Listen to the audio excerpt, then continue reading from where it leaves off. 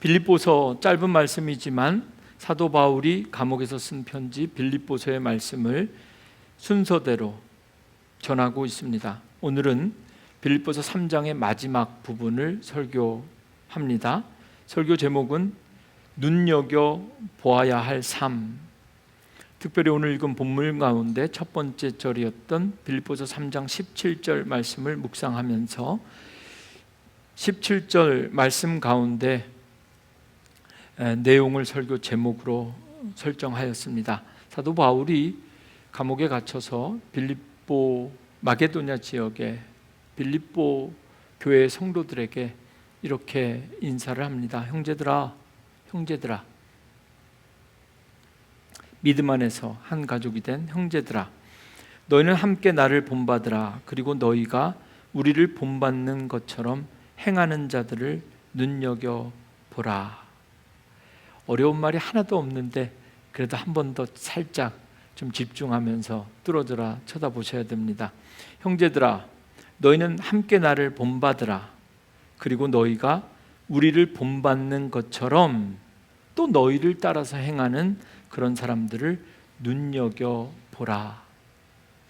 눈여겨보라, 이렇게 한국말로 번역된 헬라어 원어가 스코페오입니다.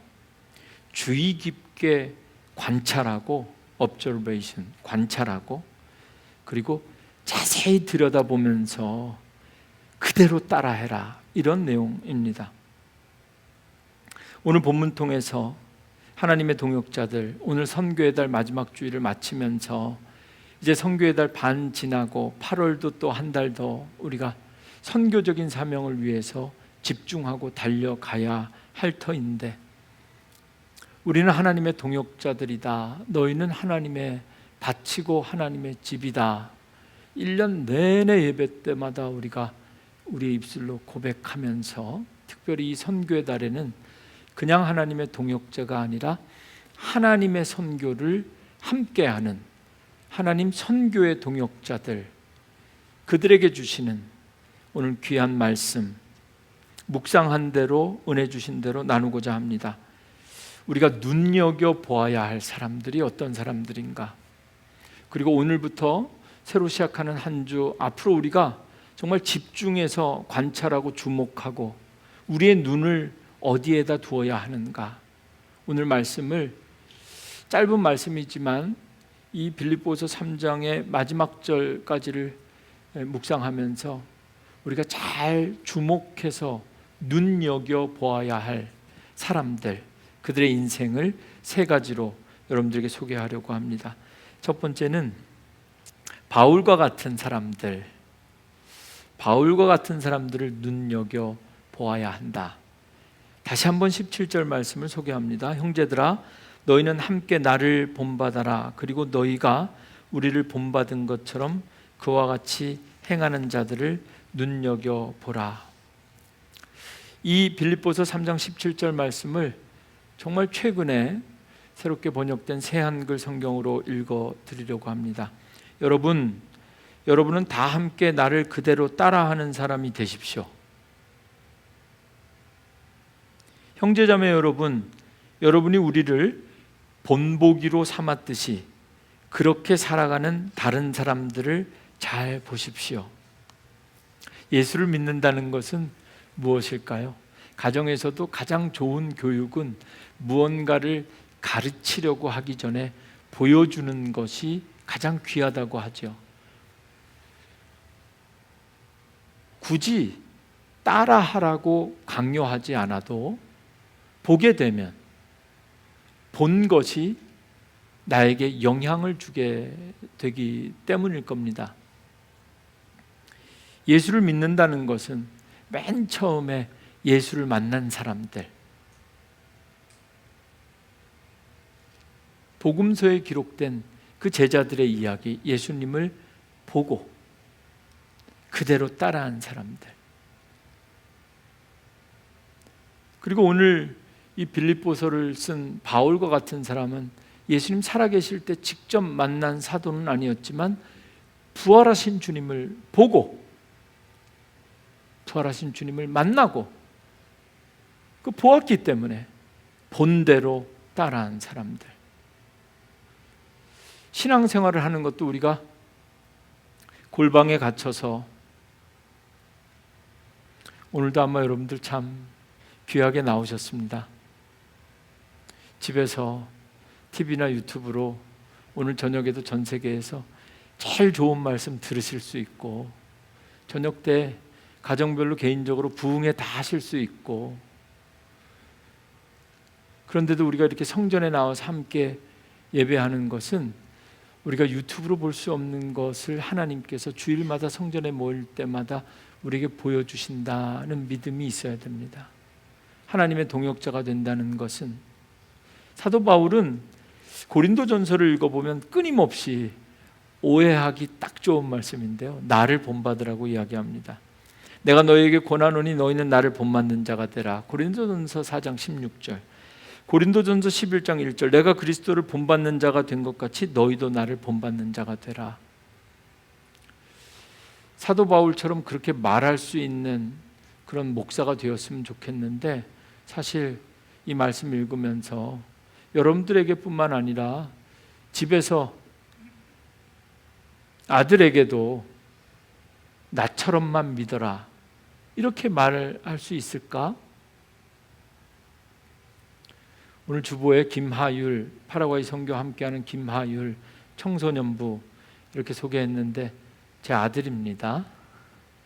그래서 이번에는 한번 제가 이 말씀 전하고 비행기 타고 갈 때부터 올 때까지 좀 좋은 모습을 우리 교회 청소년에게 좀 보여주려고 합니다.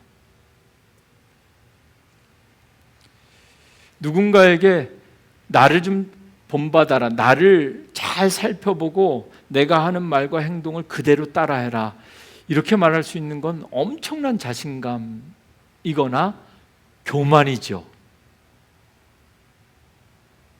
그런데 사도 바울의 이 말을 우리가 오해하면 안 됩니다. 고린도전서 11장 1절처럼 나를 본받으라는 사도 바울의 말은 내가 그리스도를 보고 그대로 따라한 것처럼 너희도 나를 본받아라. 좀 더 설명하면, 사도 바울은 다메섹 도성에서 예수님을 만나는 순간, 여러분 기억하시죠? 눈이 멀었습니다. 본 순간 눈을 뜰 수 없었습니다. 시력을 잃었던 사람입니다. 지금까지 보던 것이 다 끊어지는 그 순간 새로운 것을 볼 수 있었던 사람입니다. 그래서 사도 바울은 이제는 내가 산 것 아니요, 이제는 내가 산 것 아니요, 내가 사는 것 아니라는 겁니다. 나는 죽었고 내 안에 살아계신 예수님께서 나타나는 것, 나의 겉사람은 후패하나 속사람은 내 안에 살아계신 예수님께서 나를 통해서 역사하는 것, 그러니 나를 본받아라. 이 말은 내가 아니라 예수로, 나는 죽고 예수로 사는 나를 본받으라, 이 이야기입니다. 특별히 오늘 본문 빌립보서 3장 17절은 개인에게 주는 말씀이 아니라 공동체를 향해 던지는 말씀입니다. 형제들아, 함께 나를 본받아라. 너희는 함께 나를 본받아라. 그리고 너희가 우리를 본받는 것처럼 행하는 자들을 눈여겨보라. 본받아라. 나를 본받고, 나를 본받는 사람을 그 다음 사람이 또 보고 본받고, 그 다음 사람이 또 보고 본받고, 그렇게 눈여겨 보고 본 것을 따라 행하라. 이 말씀이 빌립보서 3장 17절 말씀입니다. 신앙생활 하다 보면, 특별히 오늘 말씀을 묵상하고 전하면서 우리에게도 좋은 하나님의 동역자, 신앙생활의 롤 모델이 필요하다는 것을 기억하게 됩니다. 여러분, 우리 교회에 바울과 같은 사람 있습니까?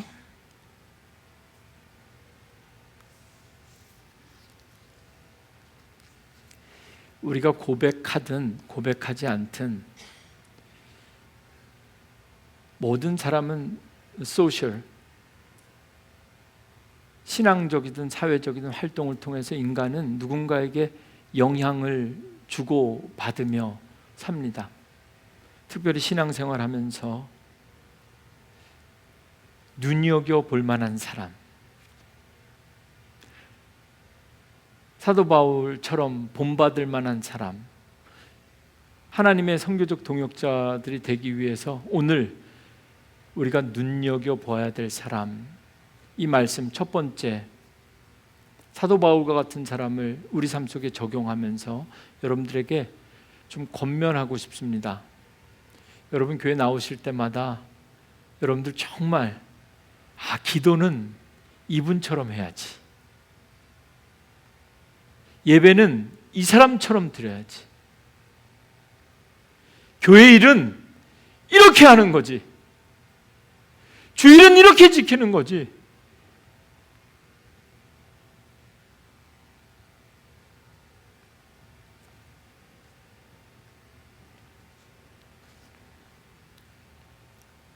저도 모르게 일부 예배 때, 온라인으로 예배 드릴 때 이런 얘기를 드렸어요. 본받을, 눈여겨볼 만한 사람이 없는 교회는 차라리 문 닫아야 된다.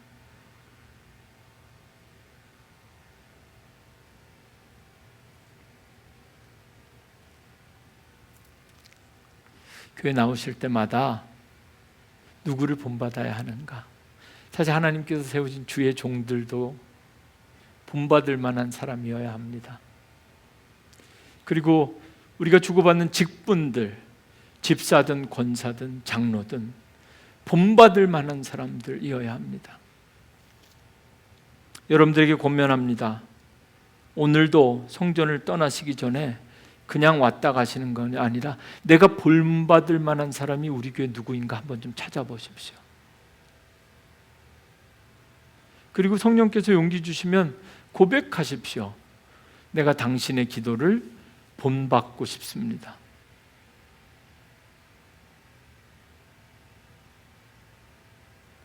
섬김과 헌신을 내가 본받고 싶습니다. 그렇게 따라서 한 가지 더 권면하고 싶은 것은 오늘 이 자리에서 함께 예배하는 우리 모두가 잠깐 다녀가시는 분들도 삶의 어느 자리에서 하나님을 예배하고 섬기든지 간에 누군가가 여러분을 눈여겨보고 본받을 만한 그런 귀한 하나님의 동역자들이 되실 수 있기를 주님의 이름으로 정말 간절히 축원합니다. 사도 바울을 본받아라. 바울이 아니라 그와 함께 역사하는 예수 그리스도를 본받으라는 말씀이죠. 주변에 누가 있는지 그리스도를 본받는 자 함께 보면서 함께 따라가는, 좌우도 살피고 이 선교의 달에 지금 누가 하나님의 선교적 사명을 감당하고 있는가 눈여겨봐야 할 때입니다. 두 번째 말씀, 우리가 두 번째로 눈여겨봐야 될 것은 좀 조심해야 될 부분을 사도 바울은 말하고 있는데요. 사실 오늘 말씀 속에 제일 중요한 부분은 이 부분인 것 같아요. 그래서 오늘 설교는 긍정적인 내용이기보다는 조금 네거티브합니다. 두 번째는 정말 눈여겨보고 조심해야 될 사람들. 오죽하면 18절 말씀에 여러 번 말했다는 거예요. 18절 말씀, 내가 여러 번 너희에게 수없이, 저도 좀 그런 것 같아요. 여러 번 이야기하는 것 같은데 여러분 듣는 것도 어렵지만 전하는 것도 어렵습니다. 사도 바울이 18절 내가 여러 번 너희에게 말하였거니와 했던 얘기 또 한다, 했던 얘기 또 한다. 할 때마다 눈물을 흘리며 이제도 눈물을 흘리며 이제도 할 때마다, 그때도 말할 때도 눈물이 났는데 이번에도 또 눈물을 흘리며 말하노니 여러 사람들이 그리스도의 십자가의 원수로 행하느니라. 결론부터 말씀드리겠습니다. 여러분 정말 입술로만이 아니라 정말 십자가의 은혜로 사셔야 됩니다. 십자가의 은혜로 사셔야 됩니다. 까딱 잘못하면 십자가의 은혜가 아니라 십자가의 원수로 사는 겁니다. 사도 바울이 왜 눈물을 흘리며 여러 번 이 이야기를 하는가?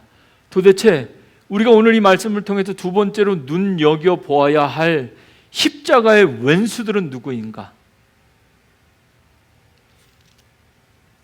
이어지는 19절 말씀을 통해서 확인할 수 있는데요, 저는 그렇게 묵상했습니다. 19절 말씀, 짧은 한 문장이지만 총 4가지로 눈여겨보아야 될 십자가의 왼수들. 첫째, 그들의 마침은 멸망이요. 마침, 헬라어로 텔로스입니다. 마지막 순간.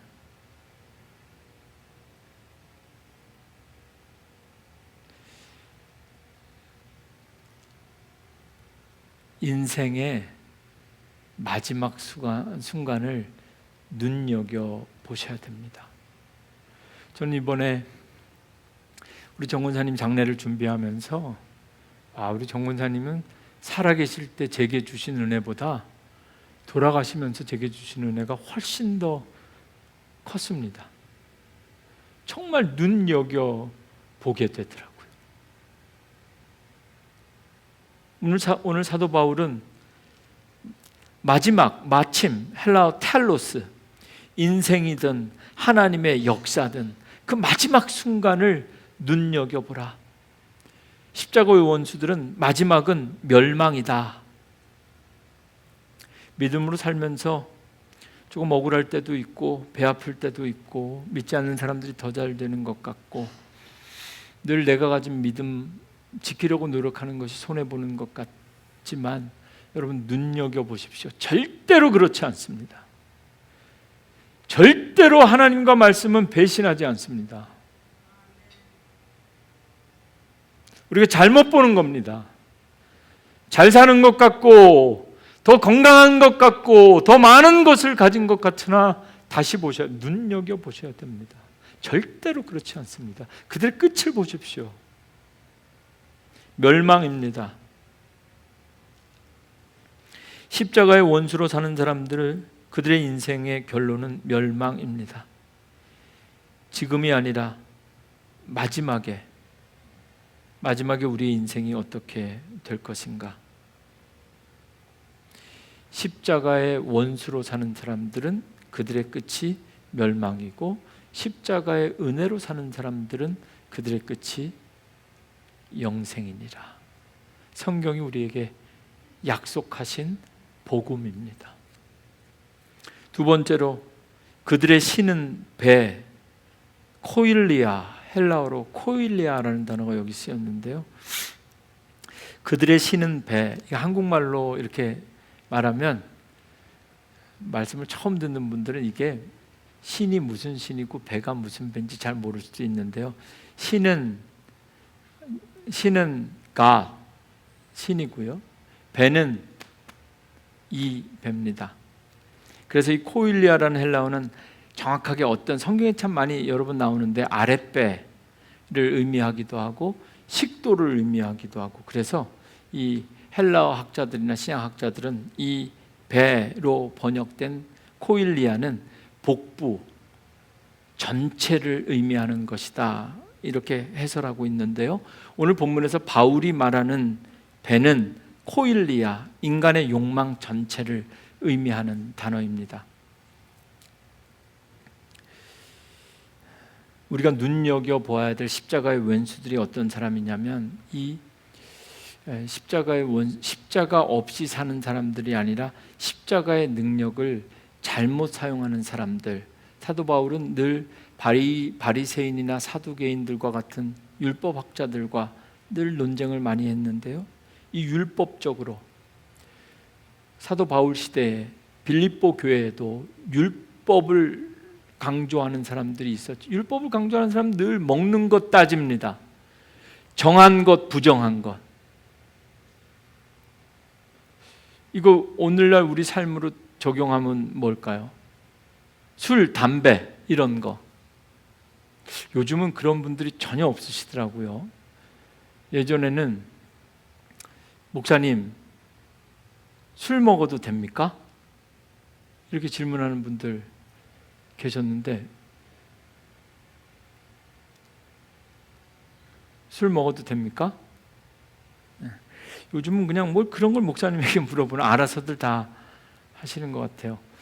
성경에 술 취하지 말라는 이야기도 있고 또 어떤 때 예수님은 물을 통째로 포도주로 바꾸기도 하셔서 헷갈리는데 마치 이 말씀을 적용하면 술 때문에 술 자체가 우리를 구원하느냐 못하느냐 술 먹으면 멸망하고 십자가의 원수가 되고 술 끊으면 십자가의 은혜로 산다, 이렇게 말할 수 없다는 거예요.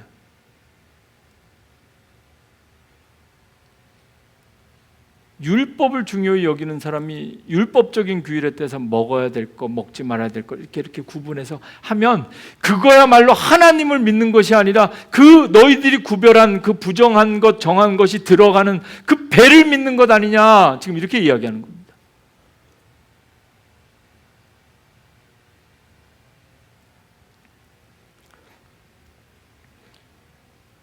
정한 음식과 부정한 음식을 구별하여 먹었다고 구원받는 것 아닙니다. 맛있는 음식, 비싼 음식 먹는다고 건강한 것도 아닙니다. 살아보니 그렇습니다. 건강한 음식만 먹는다고 골라 먹었는데 오래 사는 것도 아닙니다.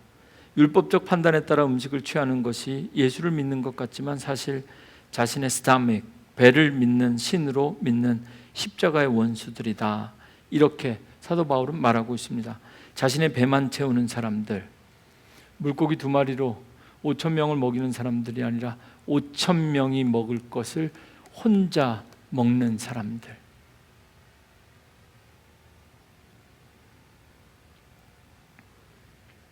어제 이 몬트리올 땅에서 이 몬트리올 땅을 가지고 계시고 농사를 지으시는 아주 연세 많으신 권사님 한 분을 뵈서 함께 잠깐 이야기를 나누었는데요. 하나님은 마음이 온유한 자에게 땅을 주신다고 하였습니다. 팔복입니다.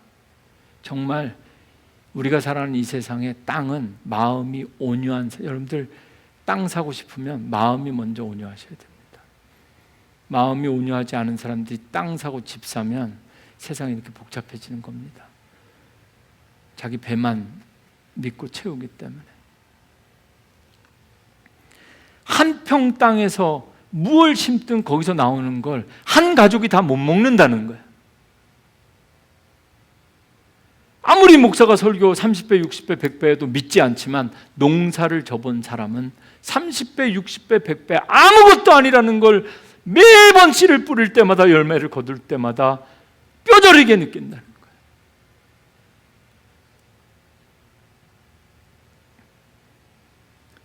자신의 배만 채우는 사람들, 예수 믿는 목적이 자신의 배만 채우는 사람들은 그들의 신이 배라는 겁니다. 하나님이 아니라, 하나님의 일을 하는 동역자가 아니라 하나님의 복만 구하는, 하나님의 복을 자신의 배만 채우려고 하는 사람들, 반드시 망하게 된다. 십자가의 원수들이다. 이 순간 우리가 우리의 기도와 신앙생활을 점검하면서 우리가 정말 십자가의 은혜로 사는가, 십자가의 은혜로 산다고 십자가 바라보고 십자가 걸고 사는데 지금까지 내가 산 것 가운데 오히려 나야말로 십자가의 원수가 아니었던가, 내 배만 채운 것 아닌가.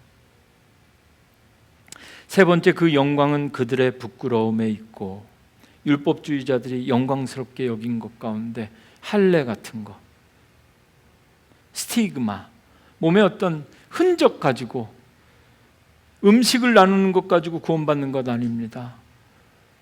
그럴 것 같으면 예수님 오실 필요도 없고 십자가도 없었겠죠. 할례도 마찬가지입니다. 그렇게 받아야 되냐 말아야 되냐, 지금 우리는 자유롭지만 바울 시대 때만 해도 이거 엄청난 신앙적인 챌린지였습니다. 오죽하면 차라리 너는 받아라, 이런 얘기까지 하면서 사도 바울이 선교했던 사람입니다. 그거 왜 받는가? 부끄럽지 않게 하려고, 자랑스럽게 나 할례 받은 사람이라고. 그거 다 십자가의 원수들이다. 음식이나 할례와 같은 의식이나 직분이나 은사나 하나님께서 우리에게 주신 은혜이지만 그것으로 십자가를 자랑하지 못하면 다 십자가의 원수들이다. 어떤 삶이 정말 자랑스러운 삶이고 어떤 삶이 정말 부끄러운 삶인지 눈여겨 보셔야 합니다. 주목해서 관찰하고 따라가셔야 됩니다. 마지막으로 네 번째, 땅의 일을 생각하는 자. 사도 바울은 십자가의 원수들, 아주 결론적으로 마지막으로 땅의 일을 생각하는 자. 시선이 하늘이 아닌 땅에 고정된 사람들을 의미합니다. 땅의 일을 생각하고, 아니 땅의 일만 생각하고, 하늘에 있는 하나님을 부르고 하늘에 있는 하나님을 믿고 하늘에 있는 하나님을 늘 구하지만 그 하나님에게 우리가 구하는 것이 무엇인가? 결국은 다 땅의 것들 아닌가?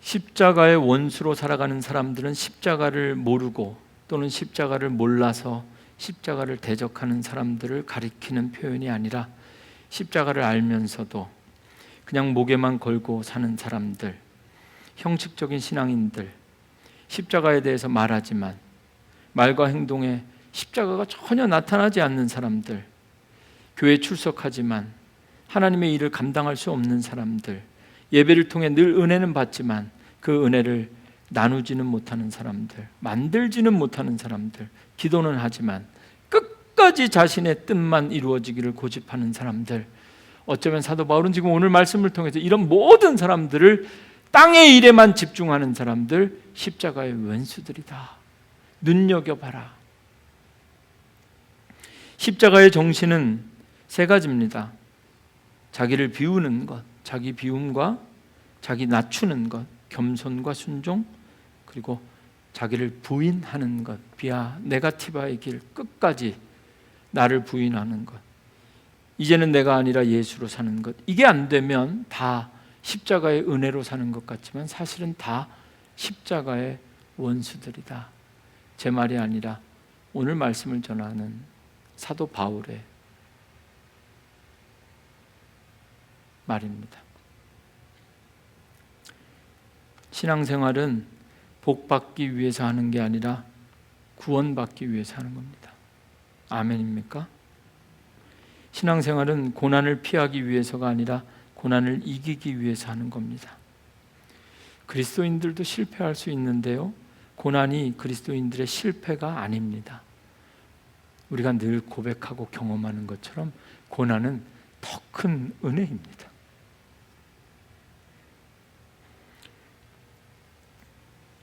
선교의 동역자들이 반드시 분별해야 될 삶이 눈여겨봐야 되는 삶, 이 두 번째 가지고 오늘 교회 나오실 때마다 누가 십자가의 왼수들인가 눈여겨보는 것이 아니라 이 두 번째 말씀은 거꾸로 나에게 적용해야 될 말씀이라고 믿습니다. 내가 십자가의 은혜로 사는가?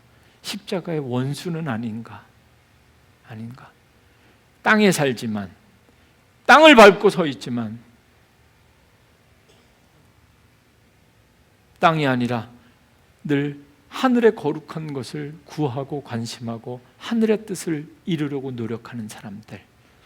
마지막으로 20절 21절 말씀 통해서 우리가 눈여겨보아야 할 사람은 하늘의 시민권을 가진 사람들이라, 이렇게 정의하고 싶습니다. 20절, 그러나 우리의 시민권은 하늘에 있는 자라, 거기로부터 구원하는 자 곧 주 예수 그리스도를 기다리노니 그는 만물을 자기에게 복종하게 하실 수 있는 자의 역사로 우리의 낮은 몸을 자기 영광의 몸의 형체와 같이 변하게 하시리라.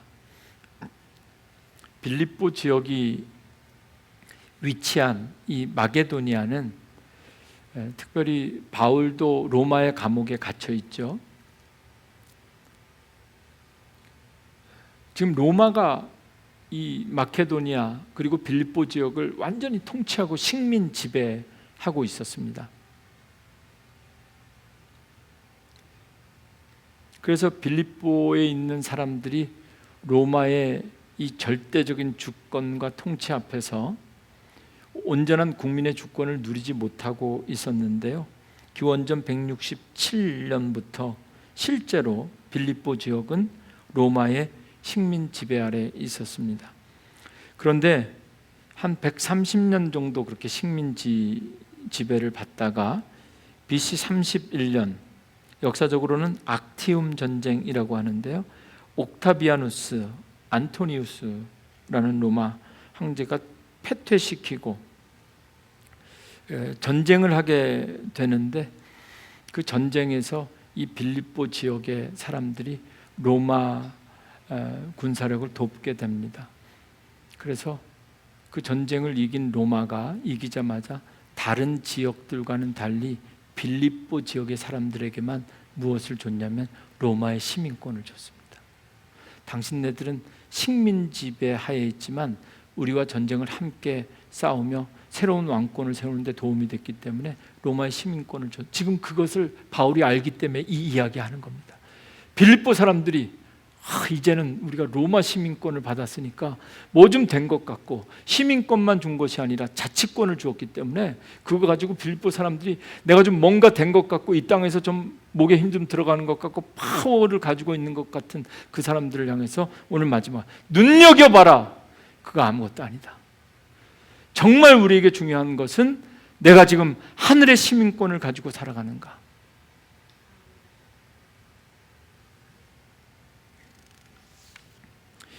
이 땅에서 이민자로 살면서 캐나다에서 우리 교회 분들도 여러 가지 스테이터스들이 있으신 것 같아요. 이민 오셔서 이제 완전히 캐네디안 시민권을 가진 분들이 있고, 영주권 가지신 분들이 있고, 또 프로세스를 하시는 분들이 있고, 또 그 과정에서 참 어려움을 겪는 분들도 있습니다. 함께 기도하고 함께 새로운 길들을 열어가야 됩니다.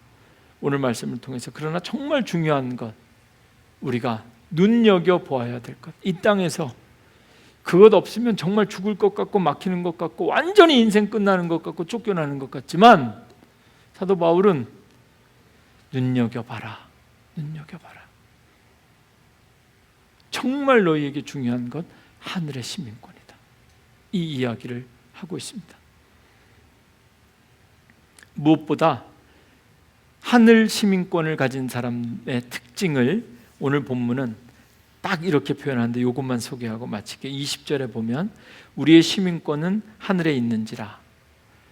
하늘의 시민권을 가진 사람의 특징, 하늘로부터 거기로부터 구원하는 자 곧 주 예수 그리스도를 기다리노니. 하늘 시민권을 가진 사람들은 지금 현재를 살지만 마지막 때에 다시 오실 주님을 항상 기다리는 사람들. 여러분, 우리 사랑하는 권사님을 먼저 떠나보냈지만 다시 오신 주님을 눈여겨보면서 기다리면서 그때 다시 만나게 될 줄로 믿습니다.